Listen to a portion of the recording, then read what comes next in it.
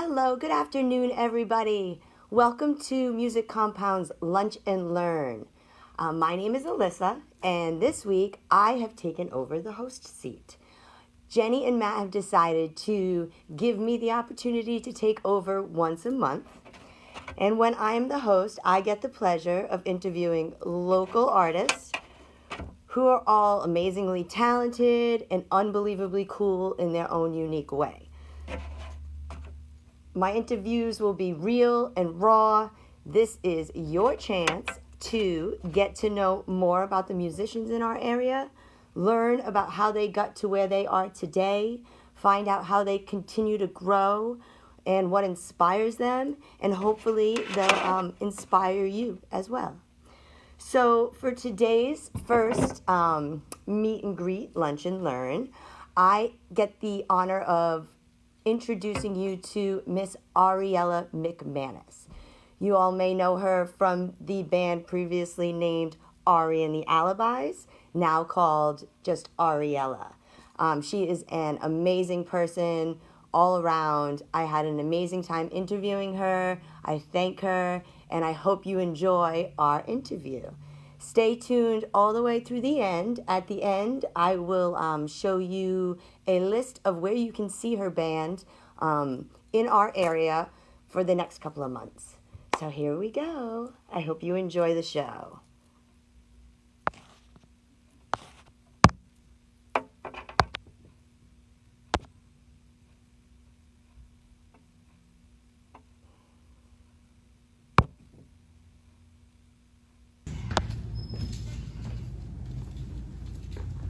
All right. Hey, everybody. Welcome to this week's episode of Lunch and Learn. My name is Alyssa, and once a month, I will be your Lunch and Learn host. I have the luxury of interviewing this area's greatest musical artists. Wow. Some of my favorite friends. And they're gonna come on with me and tell you about themselves, about their careers, give you some inspiration, some tips that could help you grow your career. So today I am joined by my very good friend, Miss Ari McManus. Hello, everybody. Hey. So this is not the first time we interviewed. About 10 years ago, I was a host on WSLR on a radio program, and that is when I met Ari. Way back when, her and Nick, and they were in a band together called Lotus Fire, right? Yeah. Yeah, and she was singing in Spanish. It was amazing. How fun and how far and how much you guys have grown since then. A lot happens in 10 years, yeah. Cool. So tell us a little bit about yourself. Well, my name is Ariella, and I'm born and raised in Sarasota, Florida. I've always lived here, except for there was 2 years. I took a little quick hiatus. Moved to San Antonio, Texas, where my son was born, and then came back home and had my daughter, who just turned 12, and my son is now 13. And so, yeah, when they were 1 and 2, I started playing music in this area with a local band called Eclipse, Doc and Buster. They kind of took me under their wing, and I was with them for only a few months before Nicholas Craster, who's now my husband, walked up to the stage, said, "Hey, do you want to be in my original band and write songs with me?" And I was like, "Sure, can I sing in Spanish?" He was like, "Yeah, it's flamenco, so I think that'll work great." We started writing songs together immediately, and it's grown, and we've changed bands and members, and the years have gone on, and when, we weren't married then, and we are now. Blended family house, and we gig every weekend, done shows nationally, internationally, played with a lot of really amazing people, and but I've known about the Music Compound for a little while, and I'm a big fan of what you do. Thank you. And just honored that you would even ask me to be here. Oh, it's a pleasure to be a part of something bigger, something that when you would get to work with others and try to, at least give back in some kind of way. Yeah, collaboration, give back. That's so amazing. And I just love that story. It's like a musical love story. Yeah. It totally is. Yes. Yep. Just like Disney. So sweet. I have goosebumps. All right. So I remember way back when I was wanting to sing in a band, and Ari was like the first person that I asked for advice, and I was like, tell me something. What should I do? You know, how do I get there? And I'll never forget, you said to me, Alyssa, just keep singing. Sing all the time, when you're pumping gas, when you're folding clothes, whatever you're doing, just keep singing. And now here I am, and I sing in a band too, so it really helped, and you inspired me a lot. So, you know, what inspired you to sing?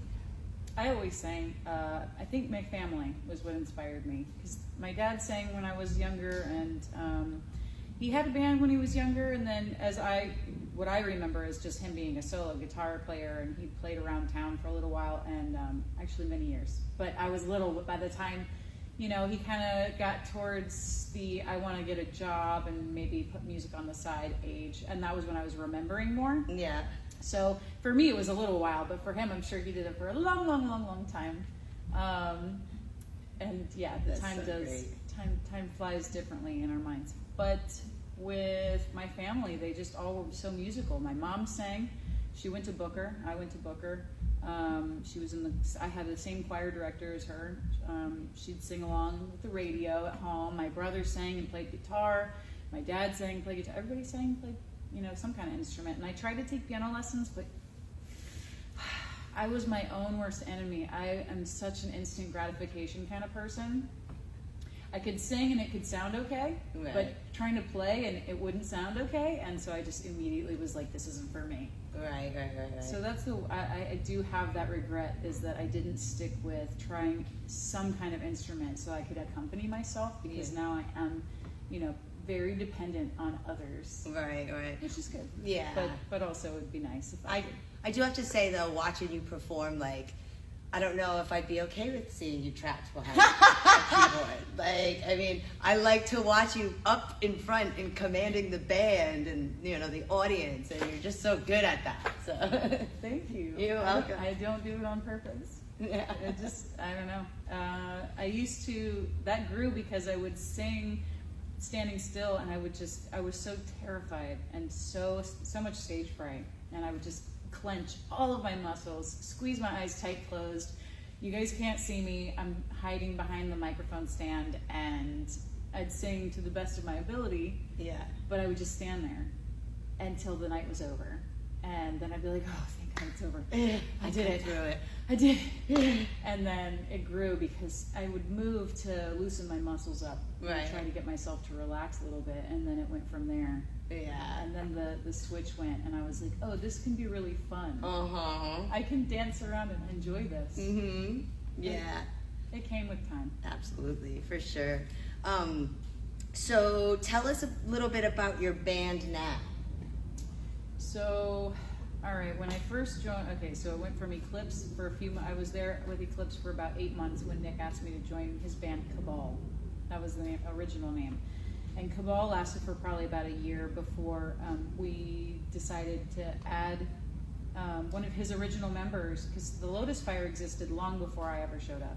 They were a band. They toured Europe. They did all kinds of amazing, they had a long resume. And when Kevin Allen on violin, who's now Hot Club SRQ with John McLaughlin, and I know they've got a bassist too, sometimes they have, but the two of them were in the Lotus Fire, and we kind of morphed. And so we took on the name The Lotus Fire. Me as a singer wrote lyrics to their compositions that were instrumental. We just kind of stopped it all together and performed every weekend at Ceviche for another 1.5 years. I think we were there for about 2.5 years. And when Ceviche closed, we did too. We tried a few other things, but then with Nick and I, we were full-time musicians, and the two of us would gig without the band, and we just kept working. And I loved being able to continue to work and play with him and write more songs, and we started writing in English and, you know, going to different genres. But I missed having a band. Yeah. I really missed the big, like, full, and like the dancing and the drums and the drums. That's what energy I was and the collaboration. I miss working with others. Right.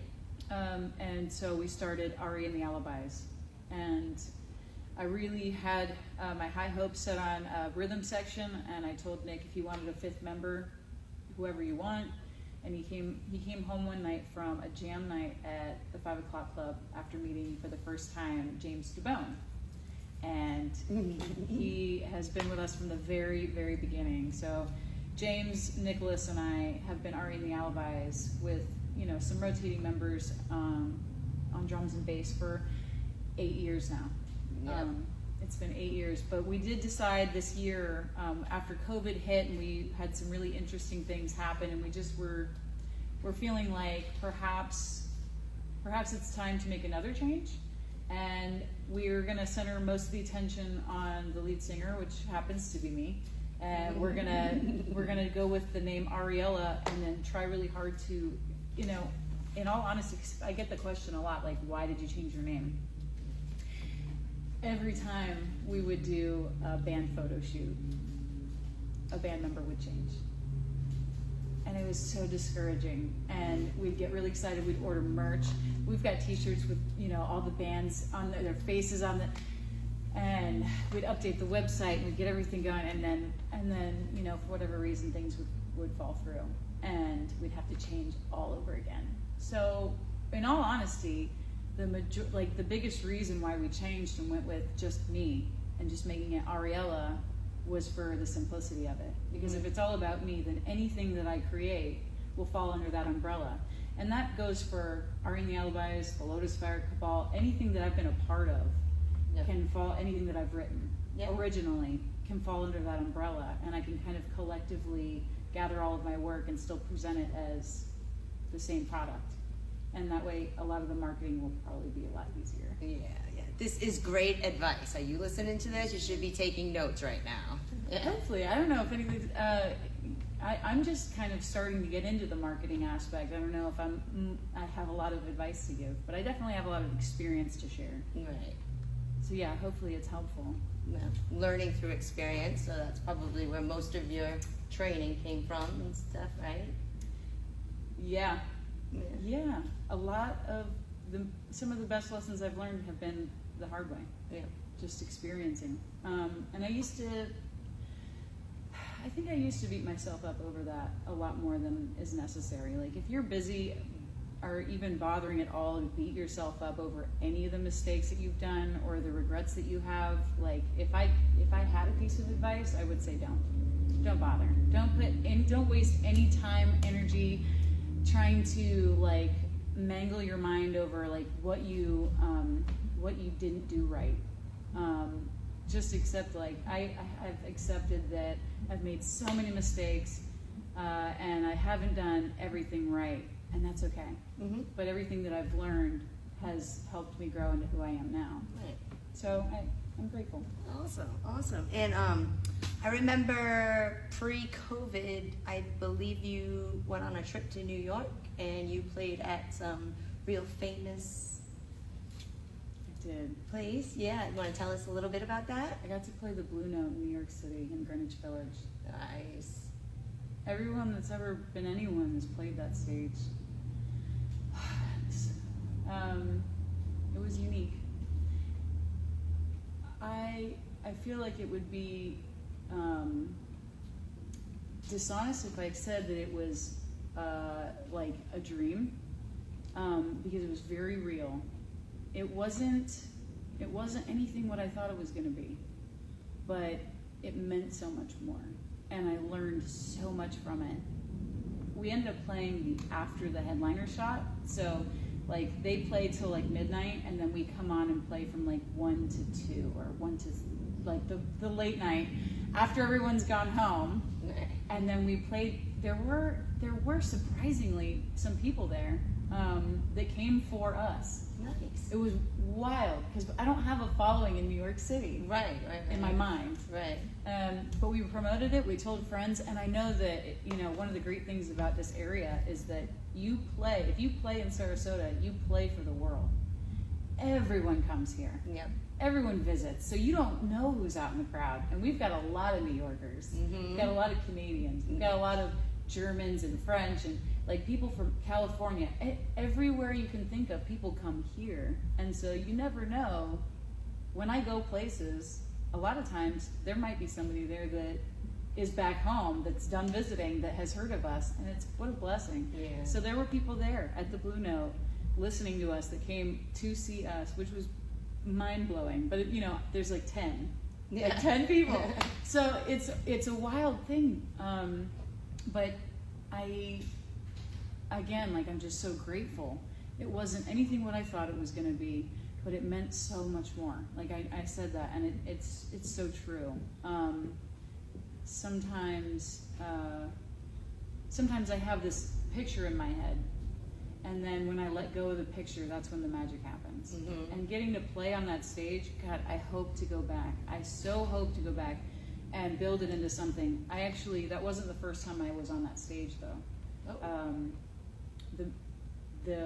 The true, blessing of that was, I got invited to that stage through Victor Wooten, who's a friend of mine. And he was there playing with his brothers on tour, and he's like, all right, you want to come up and sing a song? And I was like, oh, yes. Mm-hmm. And he got me up on stage, and the people that were there, and they were like, oh, and then my agent did the rest of the work, and he's like, oh, well, she's already been on that stage before. You could give her a shot. And so they did. Nice. But it's amazing how the universe can connect the dots when you let it go and stop trying to control everything. My agent was like, hey, do you want a shot at the Blue Note? And I'm like, yeah, I'll do whatever it takes. He goes, all right.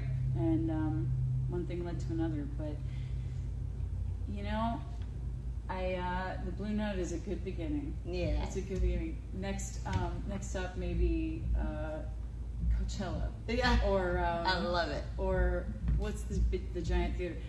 Maybe Glastonbury. Oh yeah, there you go. Who knows? Right, we'll see. Right, I'll buy a ticket for sure. I'll be there. Yeah, you mentioned Victor. Just really cool. I wanted to tell you that Dave Wooten played drums with my band last Saturday. We needed a fill-in drummer, and I took a nap, and the next thing I know, I woke up and I heard that Dave Wooten was playing with us. Oh, man. And I was like, whoa, Victor's cousin. Like, how neat. Dave actually played in the Lotus Fire for a minute. Oh, cool. Yeah, what a cool drum kit he had.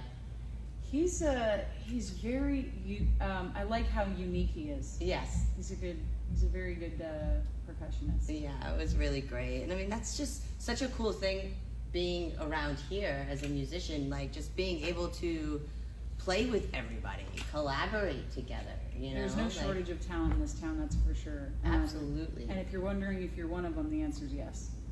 Mm-hmm. You are. Sarasota has been just drenched in so much talent. It's very humbling. Mm-hmm. It's very humbling to be surrounded because everyone's good. I remember when I went to American Idol, I was probably 16. Cool. I went to go try out for that, and just standing in line, and it hit me. Everyone there is amazing. Like, they paint it so that there's all this trash. Nobody's good at anything, and they're all awful. They're delusional. It's not. Yeah. It's not like that at all. It is full of talented people. Everyone can sing, play, dance. They're gorgeous. They have a style. Everyone's just amazing. But here is the same way, and it puts things into perspective.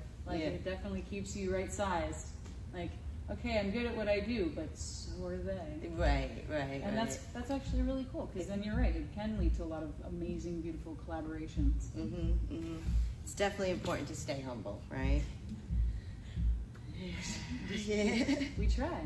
We just keep trying. So, all right. So let's talk about the style of music that Ariella plays.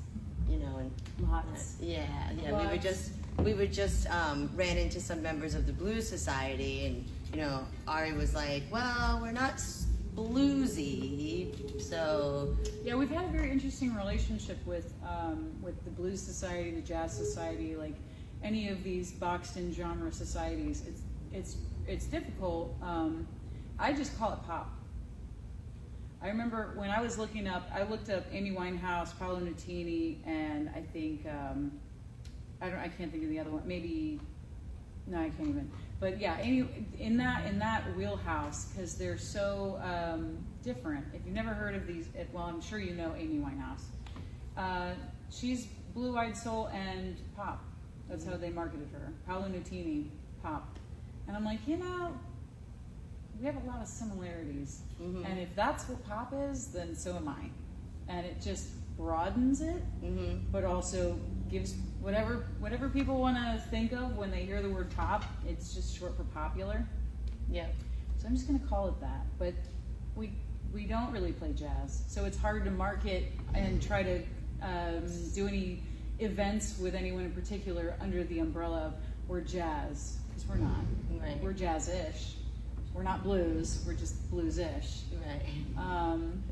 We're a melting pot of Which all is the things we've loved. really cool because it kind of gives you access to go in any one of those directions, really, you know? It was never intentional. Like a lot of, I'm telling you, most of my career has been a surprise, a delightful surprise. A good, great surprise. Like, oh, this is what we're doing now.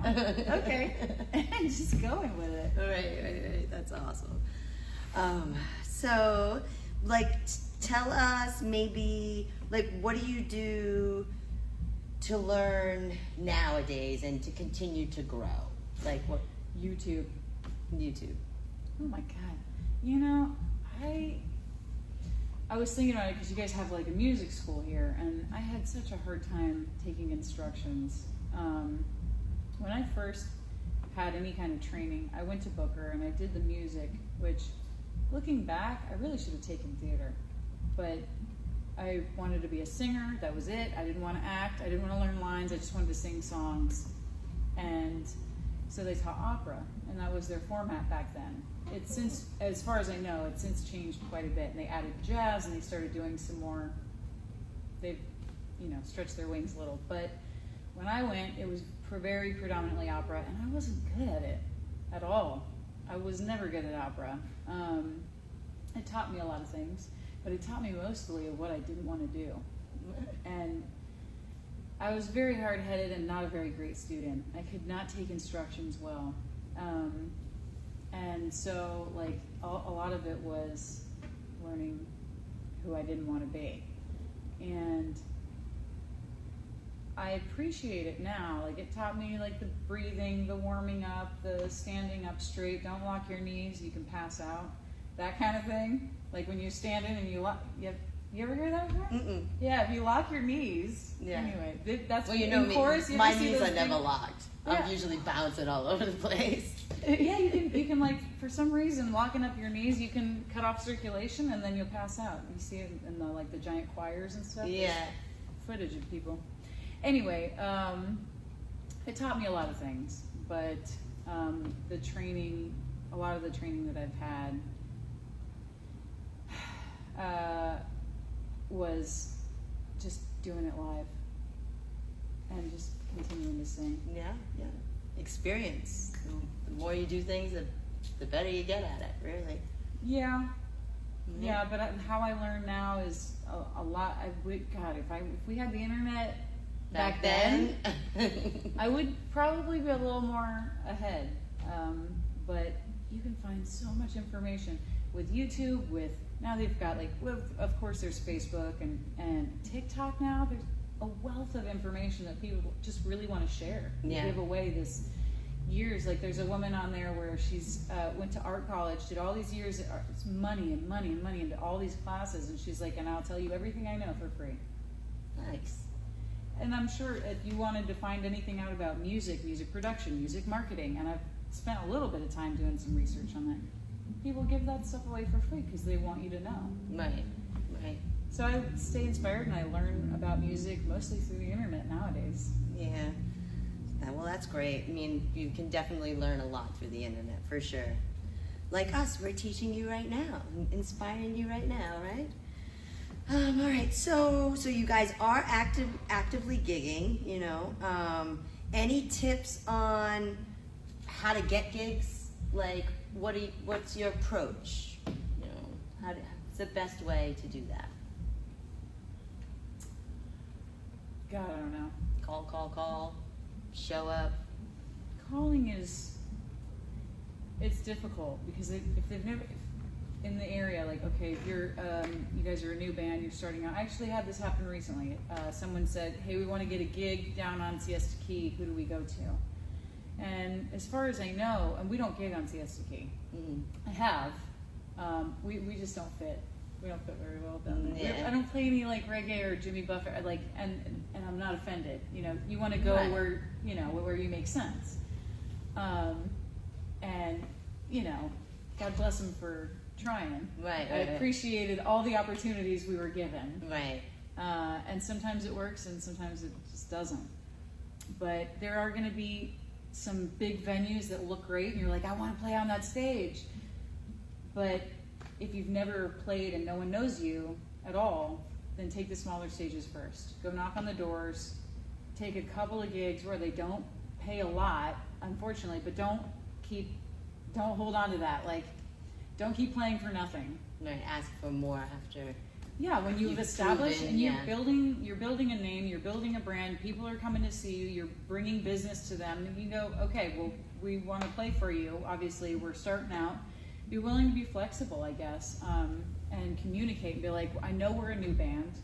I know that we're just starting out. We appreciate if you meet us halfway. We'll play for you, like, maybe even lessen the gig. Like, we'll play for 2 hours instead of the 4 that I know they want you to play for. Right. We'll do 2 hours audition, and you can put out a tip jar. You can make really good money, especially on places like Siesta Key with tips. And you can let people know, be like, hey, we're just here at audition tonight. We're playing for tips tonight. If you guys are digging what you hear, we'd appreciate you tell the owner. If you've got, and you can always ask the audience, like, ask people that want to continue to support the music scene in this area. It's not just about the established bands, it's about the new ones coming up. There are so many gigs to be had. We can't play them all. Right. So we need more musicians to play these events, to play the shows, to play the big stages, the medium stages, and the small ones. Like, we all need more music in our lives. So if you keep looking for the opportunities and ask around and be like, do you know of a place that'll give us a shot? And emailing is definitely one of the best ways to do it, as opposed to calling. Yeah. Because if you call them, they don't have time to talk. Nobody really answers the phone nowadays, really. Emailing is definitely the best. Yeah. I did love the tip though. Like, find the venues that you fit in. Yeah. The ones that are your genre basically, or like you said, Siesta Key. You tried it, but it really doesn't fit your band. So not so much. Yeah, I mean, I know that you play a lot. When you play in Sarasota, you play the Blue Rooster, kind of more your vibe. Right? Definitely. Yeah. We fit there. Yeah. But I don't know why. I can't tell you why. Yeah. They're very southern. It's got like the chicken and waffles and the shrimp and grits kind of thing. Yeah. It's upscale, but it's also down home. So Right. maybe the eclecticism of it makes us fit. I don't know, because I know they usually stick to blues there. Right. We don't play blues. Right. So I don't really know why we do well there, but it's been home.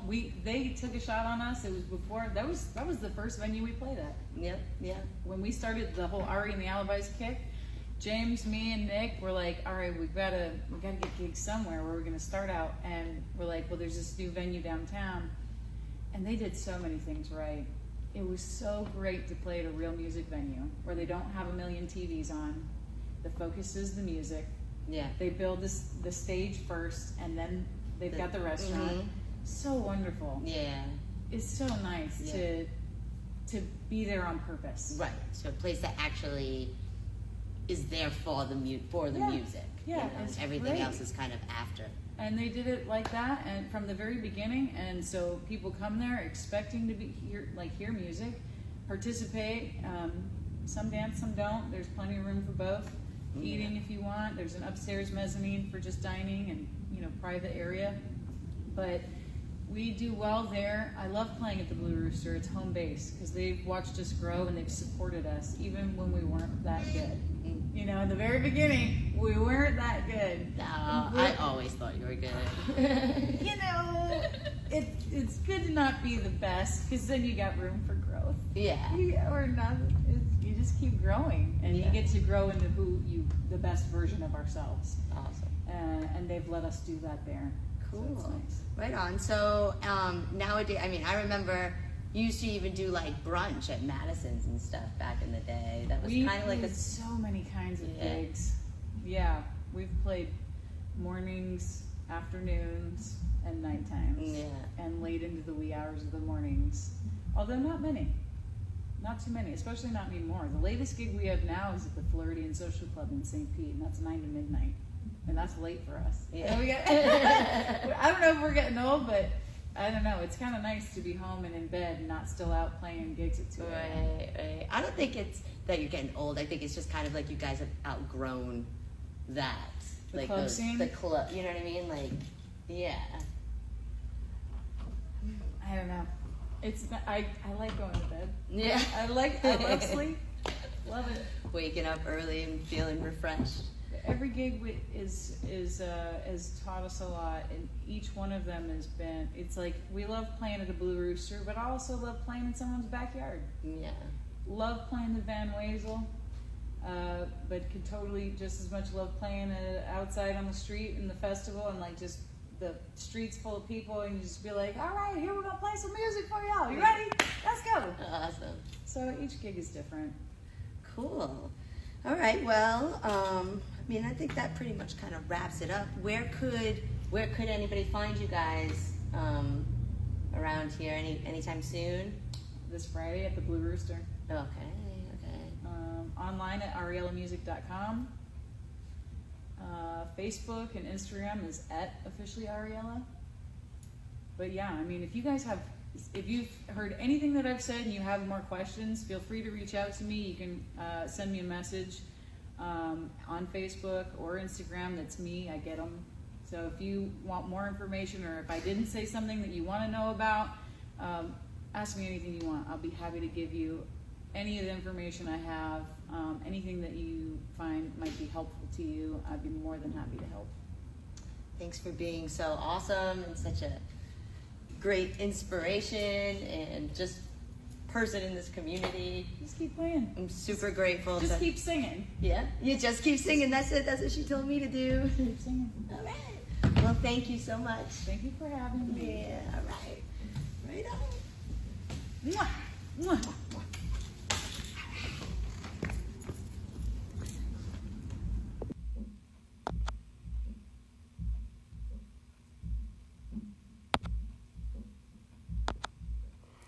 All right, everybody, that concludes this episode of Lunch and Learn with my friend, Miss Ariella. I hope you enjoyed our interview. I hope you were inspired. I hope you learned a little bit more about her and her band. Stay tuned. Right after I drop off of here, I'm going to put the schedule up for her next upcoming shows. Definitely go check them out. And tune in to Lunch and Learn every Wednesday.